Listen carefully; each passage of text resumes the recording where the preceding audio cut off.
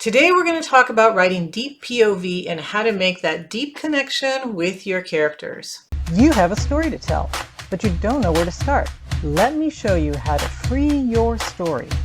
I teach you how to write and how to dig deep in your soul to release your story and make a difference in the world. Welcome to the Julia Mata channel. If we're just meeting, I am Julia and I am a women's fiction author. And what I'd like to talk about today is writing deep POV or point of view and why that's important. When we start writing our story, one of the big decisions we have to make is who's going to be the point of view character. Are we going to have one character and we're going to view the whole story through that character's eyes? Are we going to have multiple characters? Are we going to shift back and forth between one character and another? And it's important for us to make that decision, right? Because we want to know how the reader is going to experience our story. And this is important, right? Because it's going to impact how the character views everything. The way they experience the story is the way they're going to process everything that happens in your story. And that deep point of view is the way you're going to filter everything that happens in the story through your character's point of view. So there's three things that I'm going to talk about. There's a lot in deep point of view, but we're going to focus on three things. The first thing is that we want to let the reader hear the character's thoughts. Second is allowing the reader to be the character. And third is that internal dialogue that the character has that the reader will read. So the first one was letting the reader hear the character's thoughts. Well, what does that mean? You need to be in your character's voice.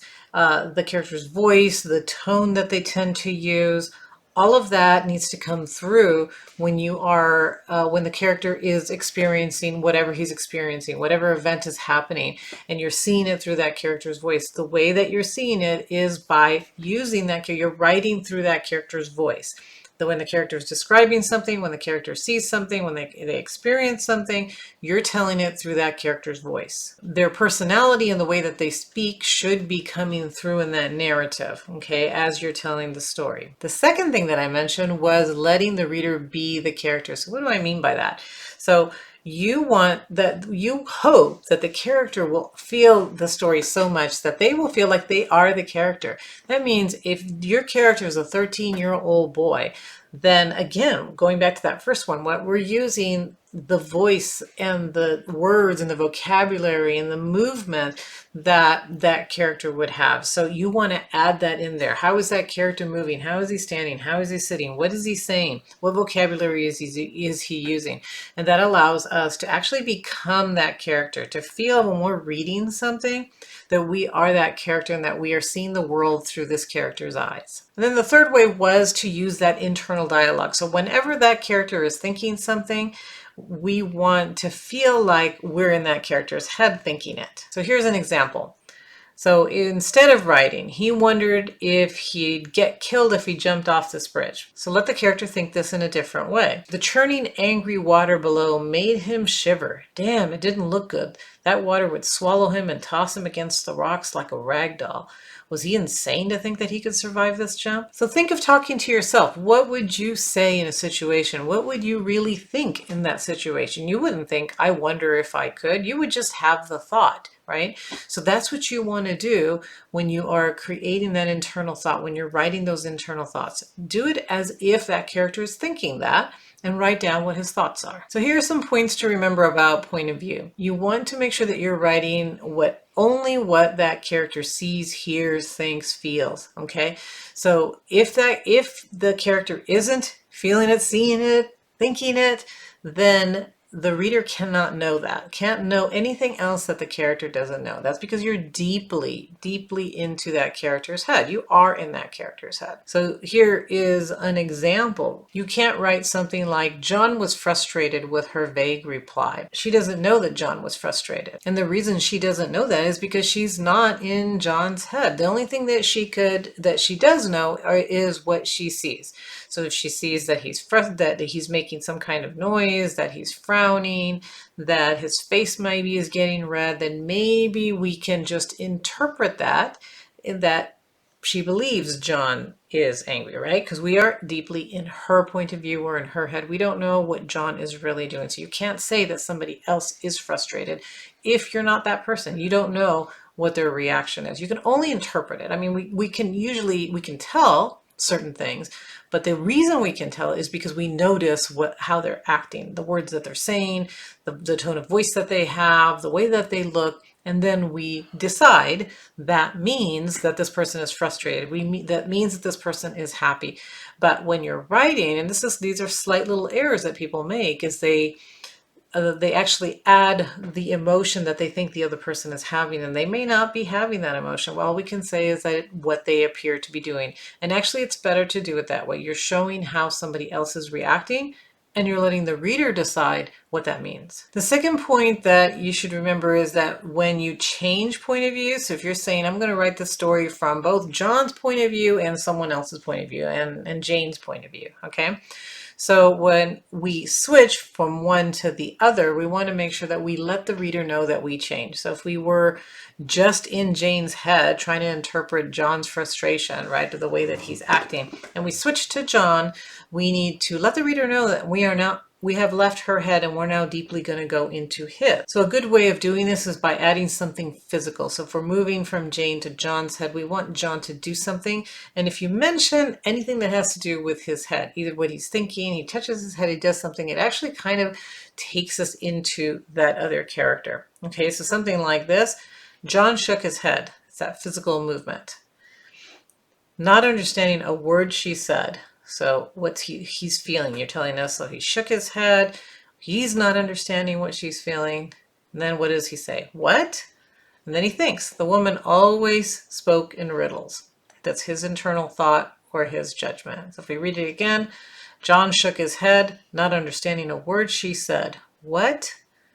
Okay, that's the only thing that would be in your story. The things that I'm adding in parentheses here are just to show you that now we've shown that we're moving into John's head. So just make it clear to the reader when you are changing point of views. A lot of times I suggest that new writers don't do that within a scene. So stay in one character's head for that entire scene, and then when you go into the next scene you can change point of views so that you are not confusing the reader and then maybe not confusing yourself, okay? Or not having an issue with accidentally being in the wrong point of view. My next tip is to avoid telling phrases and sentences. So let's go back to that sentence that I had before, that I read before. John was frustrated with her vague response. Okay, that was wrong because Jane can't know that he's frustrated. She can't say that he's frustrated. She can only tell us the movements that he made and the sounds that he made. So if we're in her point of view, that's actually a wrong sentence to write. But even if you were in John's point of view, it's still not a great sentence, right? Because what you want is to be in his head. And John would never think that, right? That he was frustrated. He would never think, I'm frustrated. He would just act like he's frustrated. So you would just tell us how he's acting. What does his face look like? What is his body movement? And then he would probably just say something like we just said, like, what? And then think, this woman always speaks in riddles. I never understand what she says, right? So you want to be deeply in his head, not telling us what he thinks or describing it like John was frustrated. You can avoid the whole John was frustrated. Just show us him being frustrated. Show us what he's thinking. Show us what his deep thoughts are. And that will put you in that character's head, in that character's thoughts. You'll be using his tone of voice, you'll be using his vocabulary, and you'll see his personality, which covers those first three things that I mentioned before. So let's take a look at how do great authors do this.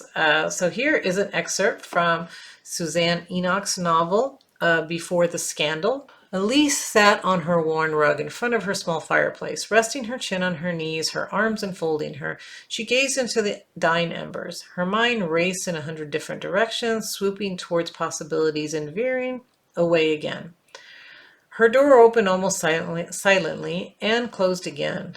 It wouldn't be Richard. He'd already been there, and he'd knocked before he'd taken her downstairs and made her an offer that would have caused Judas to blush. He, and she knew who it was without looking, sat on the rug behind her. Fingers stroked softly through her hair, sending a warm tingle down her spine.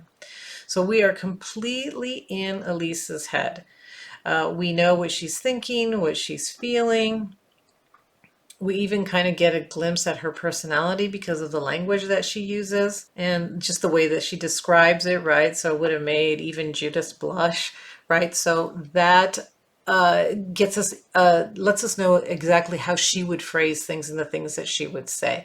We are in her head. She's describing only what she thinks and what she feels. Okay, here's another example from Robin Carr's novel, Redwood Bend. Dylan had been on his bike for over 4 weeks and he was in no mood to ride all the way to LA. His brain was sluggish and he was distracted. This is exactly what happens, he told himself, when you let yourself get too comfortable. He had plenty of girlfriends in the past, but had never had the kind of routine he'd had with Katie. He let himself get lured into a false sense of security and now headed for a job he dreaded but had to do. He was feeling a profound sense of loss, and he had to get over it fast. She was moving on. A kind man would not do anything to hold her back. So here we're in Dylan's point of view. Again, the author moves from normal point of view, where she includes telling phrases about his brain feeling sluggish and him feeling distracted, to that deep point of view. So how does she do this? She slowly moves from that regular point of view to that deeper point of view. As we move through that paragraph, we get deeper and deeper into his head and what he's thinking. Where he says, this is exactly what happens, he told himself. When you let yourself get too comfortable, the reader is still not fully in his head because the author tells us what he told himself, but she prepares us to go deeper, and the rest of his thoughts are all filtered through his point of view and the way he talks. Okay, and the reason that we want to do this, the reason that we want to be deeply into the character's head and in that deep POV, is because it brings the reader closer to our characters. It allows our characters to see everything that our character sees and to experience it all through the character's head. And it allows that the reader to be that character for a while, just to experience everything the way that the character would experience it, and it makes it a more enjoyable story. They forget that they're actually reading a book. They're there with those characters, seeing exactly what they're seeing. So it's almost like they're an avatar in this story world. And it's really cool when that happens, when a reader just forgets that they've read pages and pages and pages because they're so deeply into those characters. So writing deep POV is a powerful technique, and I encourage you to use it as much as you can. So you don't always want to be deeply into a character's perspective. Sometimes you do want to pull out a little bit, but I think being in that character's mind while I'm experiencing the story, I like it much better. It makes me enjoy the story a lot more as a reader. So as a writer, I try to always use deep POV as much as possible, and I stay in a character's POV usually until a scene is over. Rarely will I move within a scene to someone else. Sometimes I will, but not always. And I think that it just allows the reader to spend more time with that character, really understand what's going on before they switch to figure out what's happening in someone else's mind and head. So I hope that this has helped you. I hope that you will try using deep POV if you haven't in the past. Read through your stories and see if you're ever slipping out of it. Again, when you're just telling us what the character is thinking and what he's wondering, anytime you're using those words, you're actually pulling yourself out of deep POV. So you probably want to revise those sentences. Okay, so I hope that this has helped you. I hope that you've enjoyed today's little talk on POV, and that you will subscribe to the channel if you're not already subscribed, like this video, and I will see you again next Friday for another writing tip.